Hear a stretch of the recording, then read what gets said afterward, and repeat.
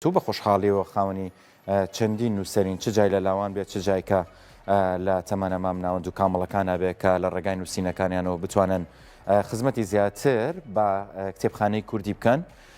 مرواری و مێخەک هی ڕازا و خەفور خات و ڕازاو کە دوو چاپیە دوو کتێبی هەیە بۆ چاپ و بڵاوکردنەوەی کیشانی بڵاو کردو و کیشان لێستایە لەژێر چاپ و بەم زوانە بڵاوی کاتەوە.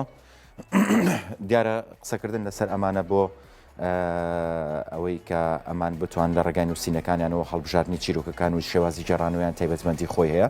هەر نووسەرە با قەڵەم و بە شێوازی فکر و ئایدیای خۆی و داڕشنەوەی لەسەر دووتوی ئەو کتێبە بابەتێکی گرنگە دەست و پەنجەکان جیاوازن لە شێوازی جێڕانەوەدا بە هەر شێوازێک بێت خزمەتکردن بە ژانرەکانی ئەدەبیاتی کوردی بابەتێکی گرنگە و لە هەر لایەکە و بە تایبەتیش دەست و پەنجەی نووسینی خانمان ڕۆڵێکی گرنگە بینێ لە خزمەتکردن بە بواری ئەدەبیات. کوڕی ژێرچەترەکە نوێترین ڕۆمانی ڕازا و خەفورە. ڕازا و خەفور خاوەنی دوو ڕۆمانی چاپکراوە بە ناوەکانی کوڕی ژێرچەترەکە و مرواری و مێخەک. لەم ڕۆژانەدا سەردانی لقی سلێمانی چێتی نووسەرانی کوردی کرد و دوو ڕۆمانەکەی پێشکەش بە کتێبخانەی لقی سلێمانی کرد. ڕۆمانی کوڕی ژێرچەترەکە یەکەم بەرهەمی نووسەر ڕازا و خەفورە بە زمانی کوردی و ڕووداوەکانی ڕۆمانەکە لە دووتوی پەرتوچێکی 536 لاپەڕیدا باس لە ساڵەکانی هەفتاکانی شاری سلێمانیەکات.